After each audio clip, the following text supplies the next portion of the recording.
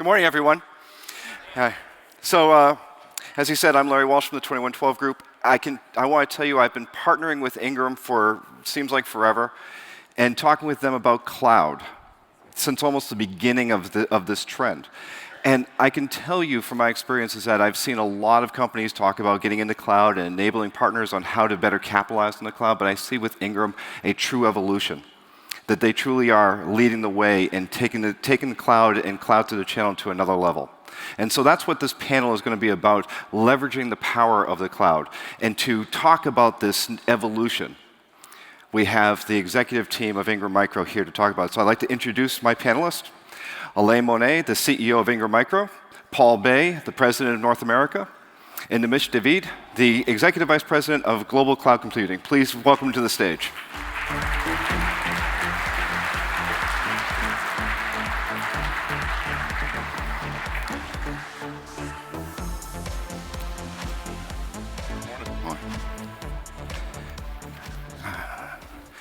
All right, so let's just jump right into it. When I started looking back at the cloud, I was surprised to learn that we've actually been using this term since the 60s.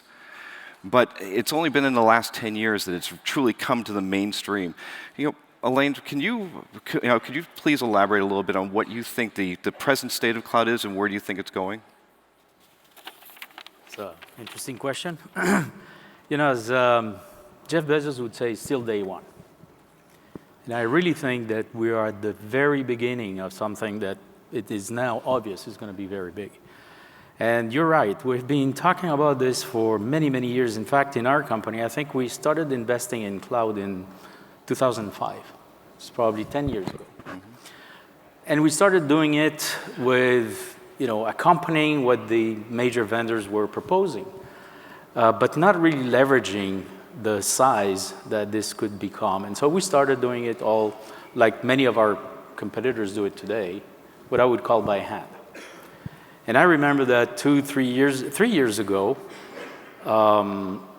we really had an interesting discussion about how do we get this now to the proper size. And the only way to do that was to invest in technology, and we hired a number of programmers, analysts, people who develop, and we developed a platform, an integrated platform. And that's what's really going to give us the scalability that we need for the future. So I would say it's still very, very much the beginning. To put in perspective, last year we closed $46 billion of business. Cloud was a little above 100 million. But our plans are very, very aggressive. Yeah. So we need to do it. So you don't think we're done? I mean, you look around the cloud trend and you see that it's reshaping and disrupting a lot of the legacy technologies. Do you not see it? We're not done reshaping. You just said reshaping, and there are two different things. One is cloud allows new opportunities to be created. Businesses are going to be born in the cloud that were not going to be born at all before, just because cloud enables that to happen. And so cannibalization of the on-premise versus cloud is only a very small part of the opportunity issue. The very new things that cloud allowed to do are going to by far completely overcome the possible cannibalization. So we're at the beginning of this restructuring. Now at the end, there will not be a total shift from on-premise to cloud. Both will coexist. In fact, there will be private clouds, there will be public clouds, hybrid clouds, on-premise. Everything will now coexist. And so this whole ecosystem is still being stabilized and defined. Okay. I want to pick up on that, though, because, and then, Paul, I'd be interested in your thoughts on this as well. Back when we first started talking about cloud computing as a platform, as a business model, as a go-to-market strategy, it was spoken of in almost an all-or-nothing proposition, that you had to go all in on cloud or abandon the legacy hardware and software, and that really never materialized. First, what do you think the state of it is? What is that balance going to be? And then, what does that look like in terms of the impact it will have on the legacy hardware and software products? I think at the end, like in every new technology evolution, it doesn't necessarily kill completely the other way of doing things. And so to me, for at least a long period of time, cloud will coexist with on-premise. And there will be very different reasons. But the integration of the two needs to happen, because those who need to take a decision are not going to take a decision on-premise or on cloud. They'll have to integrate both, as we're doing it ourselves. We have our own infrastructure, our own data centers, but we also use cloud. Mm-hmm. And we integrate those two. What we're trying to bring to the market is that easiness of integration of both in a way that is totally seamless. So I think both ecosystems will remain. I don't know if it's going to be 50-50 in the future or if cloud will become prevalent. But for quite some time, what we need to do is have the ability to do both. And for us distributors, this is a very good position to be in. Mm-hmm. Because we have the old world, if you will, that we know how to address. But we also have now a cloud offering that I think no one else can equal, at least for today. Yeah. Paul, I want to ask you that, because overseeing North America, what do you see that balance being now today, and where do you think it's going to go? Yeah, so I think it's interesting, and picking up on what Alain said, is if you look at software sales and system sales, we're at an all-time high last year. So you can see there was still good momentum from endpoint products, and you can also say from an advanced solution area, there's still a lot of data center work that a lot of you in the room are still participating in, networking. So some of those areas I would say are definitely still very relevant, but to Alain's point, it's about that hybrid opportunity that we have. And I think you heard it through the message from Judson, you heard from Renee this morning, is that we're setting up that platform to be able to operate ubiquitously in any environment that you're in today. So don't know where that watermark's going to be. You know, I think I was here 5 years ago, or whenever we had one of the first cloud summits, and that was the sky was falling. It was going to be everybody was going to be in the cloud, and that was it. Distribution was going to be disintermediated. All of the partners in the room were going to be disintermediated if we didn't change. And we're having to evolve collectively, I think as an ecosystem, and that's why we're here today, is to make sure that we're looking at those opportunities to help build a monthly reoccurring revenue base while we're still servicing kind of our core technologies along the way. Yeah. Nimesh, picking up on what Paul said about systems and server sales being up, do you see cloud dragging hardware and software sales instead of being replaced by them? So far, I think you're seeing that there's still a big refresh cycle happening on premise. Mm-hmm. I think that if you've made significant investments in your data center infrastructure, you're going to continue to invest there. Because you're going to still have mission critical applications like manufacturing, you're going to have applications like banking, you're going to have a lot of applications where companies are actually going to leave them inside their own data center. It's where that's their source of competitive, sustainable advantage.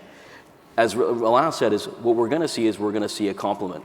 We're going to see a complement of cloud adding onto those to give extended capabilities in terms of big data, business intelligence, analytics. That's the first big wave. I think you're going to see additional areas in terms of security. But I think you're going to see the old business combined with the new business to create the hybrid going forward. Right. Let's talk a little bit, shift this conversation about value add, because we are here to talk about leveraging the power of the cloud. Paul, do you see managed services and professional services keeping up with cloud adoption? How do we leverage what we have as our existing capabilities, or the partners that leverage existing capabilities to continue to add value into this equation? So I think that professional services is one of the single biggest investment we'll be making from a technology solutions, kind of the core business that we have under my responsibility, and we've been building out significant resources. So when you look out all the way from starting with wireless assessments or the assessment phase, wireless assessments, virtualization health checks, security threat assessments, and kind of moving down all the way into implementation, deployment, and then really how do you service or manage that and support that? And you heard Renee talk about some of the opportunities within the Unite opportunity in cloud services that we're offering, and how do we migrate from an on-prem solution to an off-prem solution, and making sure we can have those quote-unquote white glove services that we're able to offer all of you as you're making that transition, and it's not an all or nothing. So we're going to continue to build out those services, and I would encourage all of you to make that investment, or where you're making investments and you need us to help augment that, that's where you should focus on. So you'll continue to see us build out kind of those 4 or 5 pillars on how we go to market to help support your business out to your end users every day. Yeah. Paul, can you just elaborate on one thing you said about the white glove services? What is the benefit of doing that? There's a certain economic logic behind that, to having the partners leveraging your micro capabilities as opposed to either building their own or just initially building their own? Yeah, so the opportunity, and we got to make sure that it happens seamlessly, because I think that's some of the challenge or concern out there is as you're moving from an off-prem solution or an on-prem solution to an off-prem solution, is making sure that we make that transition and there is no service level disruption. And that helps allow you to build that base of that reoccurring revenue. So although it may be small to start off with, you still have that hybrid opportunity, and we'll be able to continue to focus on that. So as we move over and we migrate, make sure that we carry that with a white glove service and have that transaction and get that reoccurring monthly revenue, or the MMR, up and going. So as you build out and you bring on new partners or you bring on new opportunities or new end users, that we've built that consistency to allow you to be able to be successful with your end users. Alain? Yeah, just an additional comment. If you look at the number of new solutions that are coming on the market, it is very clear that an end user will never be able to cope with all of these different solutions and call, as we were saying, 1-800 numbers, have 10, 12, 20, 50 of them, and every time trying to call and make a decision on which system is the one creating the problem and so on. So there is an economic case for us to be assembling all of that expertise and putting it at the service of our customers or the customer's customers. It is impossible to think that end customers will be able to go to vendors and resolve that. You need to have this in-between pocket of knowledge where everyone can go. And so that is the business case. Yeah. The other thing I would say too, Larry, when we talk about the areas that we're building out, is as you make that migration, we're doing things and looking at distribution differently and how we go to market with things like app development. So we've actually launched 3 new services here recently, and one of them is migration. So the application to help you to be able to migrate on that. Mobility is another one that we've also rolled out with. So a number of different app development to help that transition and smooth process as you move over. Yeah. One of the things that you did touch on is about having the assessments available. And there's one of the things we've seen through the research we do at 2112 is how many of the partners are using intellectual property or development of their own methodologies as a differentiator. But there's a lot of headwind out there, and most of the challenges is finding the people not only that have the technical skills, but also have the ability to develop these methodologies and these strategies that then translate into sales opportunities.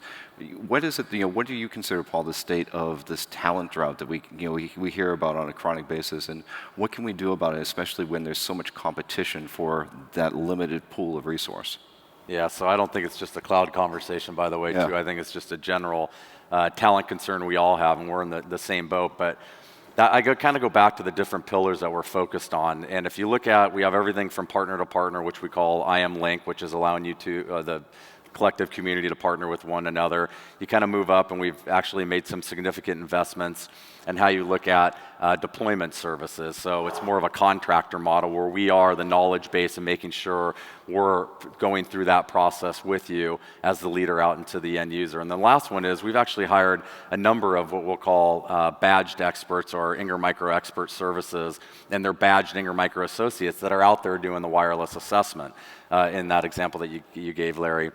But the one thing I would tell you is that came out of feedback that you've all given us as partners. Where do you need the opportunity? Because the one thing I'd put forth to all of you in the room are your technical resources maximizing your profits within your company? Are they spending time out there doing those technical assessments when we could be doing the assessments on your behalf, and then you can get into the deployment phase and make sure you're maximizing those margin opportunities and driving a better, more profitable business? So coming out of the feedback we received from you, and Larry, you're a good conduit in between to hear where the opportunities or challenges are from a partner perspective, is yes, we all have a talent resource gap that we're trying to fill in this industry. It's a good industry to be in. But I would also say, are you maximizing the current resources you have, and then use us or augment us to be an extension to your business as you go out to solve those business? And the complexity, I don't want to discount the fact that there's so much complexity when you look at kind of moving between an on-prem and an off-prem model, and that's what we're hearing. You heard Renee talk about the 600 plus 50 50 resources that are in Nimesh's organization to help deliver on that. Yeah. Yeah, I wanted to add a comment. And I've seen this at Ingram, but I'm pretty sure it applies to our partners as well. I don't think the issue is as much around the availability of competencies as it is around being able to attract the right talent. Yeah. When a distributor goes out and starts recruiting for cloud, that's not the first place where an expert in cloud is going to think to go to work with, right? They want to go to work for Google and for Amazon and others, not a distributor. So I think it's very important to really be clear on the intent, to have a vision that is appealing, of course, and then paying people what they are, earning in other places. And that means a totally different mindset. Yeah. When you come from our culture, it was very difficult to slide, those technical expertise into our grades and our way of thinking. But I think we're beyond that. And today, with events like these really help us make a statement that we're absolutely serious about this and we're going to put the right resources behind it. I think our partners need to do the same. If you go into the cloud with a very positive intent declared clearly, you will get the talent to come to you. Yeah, yeah. Let's expand on that for a moment, because I hear what you're saying. It does require investment. It's not an all or nothing proposition. We've established that this is about using cloud is either a component or another pillar within the portfolio. But there are different economics associated with it, and it does require investment. How do you overcome, or what advice would you give the people in the audience to overcome the risk associated with it? Because if you look at even some of the large companies, they're looking at 3 to 5 year returns. So how do we overcome that hurdle of the risk associated with adopting cloud and truly trying to build out the team and the resources and the capacities in order to make the money that eventually will come back? It's a different business model. In the traditional business model, you buy, you sell, you make your money at that time, and then you try and attach for the future. The problem is not that the business model is better or worse. It will end up being as good, if not better, in the future. The problem is the transition. And the transition, you're correct. I think it's a matter of 2 to 3 years where you stop doing something and do something new that is going to take 3 years before you get the same profitability. But the advantages are, first of all, it's going to be a transition. You're not going to stop doing this to do that. So you have a way to finance that transition. The second thing is that ultimately I think it's going to be more profitable because you're going to be able to attach services and value-added activities that are much more difficult to do in the traditional. The traditional way of doing the business in distribution, the numbers are very clear. You end up with very, very tight margins because it's the evolution and the end of something. This is the beginning of something much more rich, where distributors and resellers are going to be able to play a much bigger role rather than a smaller role. Right. So I think it's a 3-year transition, but I personally don't have any recipe. You're going to have to make the investment if you want to be part of that. Yeah. Misha, let me ask you about that, because as I asked the question, it was about the risk associated with the investment. Mm-hmm. What is the risk of not making the investment? What is it if, what happens if we wait too long? And there's an argument could be made that many have already waited too long to make that initial jump in. So I'll take both sides of the coin there. I think that one is that if you take a look at the risk of the investment first, right? The risk of the investment is that you have people that are sitting around and they're not being utilized. The way that you de-risk that is that you work with a company like Ingram Micro, who's making those investments in terms of technology, platforms, innovation, programs to help you to be successful. And that's a commitment, as Renee said before, it's a pledge that we've got going forward. We're here to help you be successful. The risk of not taking that first step is that someone in this room takes that first step.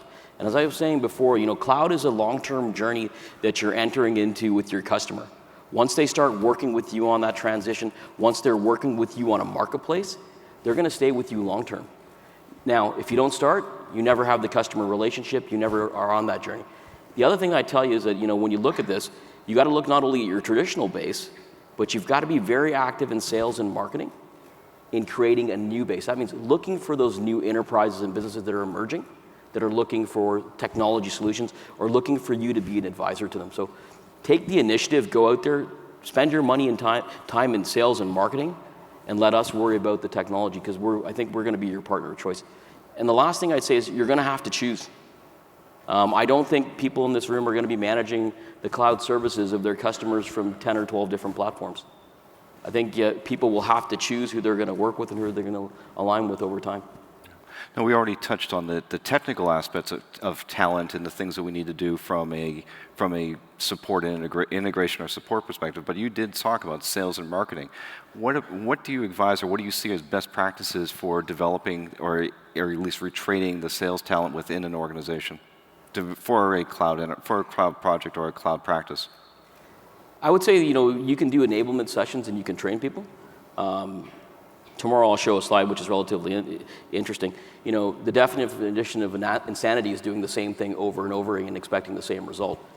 To a certain extent, what we're seeing is that we're building a new sales force as well. We're adding new competencies, we're adding new skills and stuff in the organization in terms of selling services. And what you'll notice is that the people that are in the services organization, the first thing that they ask you is, what problem am I solving for you? So it's a different mindset. We're now educating our internal departments on that sort of mindset, giving them tools like CRM systems. Paul's rolling out a huge CRM system right now to give them the tools to be able to facilitate those transitions, to go after the opportunities. So again, changing the mindset is the first step. Again, you have to start with your lead, which is not what you want. You've got to say, what problem am I solving for you? Yeah. The way we have tackled this problem is when you want to have a successful sales motion, you need two things. You need the technical competency of what you're selling, and you need the trust factor from the customer. With our traditional distribution business, we have established a trust factor level that is there, and we can see it through the very low churn and the loyalty of our customer base. So what we've done is that we have now pegged one traditional salesperson with a cloud expert that knows the technical solutions. And we have paired them, and in fact, we have collocated them in the same place so they can address the customer as a tandem. And I think that's the real way to transition to a fully cloud-enabled future team. But in the same time, you need to keep that trust factor to be able to be successful with your current customer base. Yeah. And I think that's a key point too, because if you look at them being combined together, the sales organizations as an overlay, there's a number of different ways you can solve for that business outcome. And so that's what I think a lot of people in the room, when I talk to solution providers every week about some of the challenges they have, is that sales cycle. And you heard Renee talk about it, we're very focused on how do we help you shorten that sales cycle, because there are so many different options and opportunities on how that business outcome needs to be solved for. So if we're showing up with the right consistent message of why this solves the best way for that business outcome, it helps shorten that sales cycle collectively. Yeah.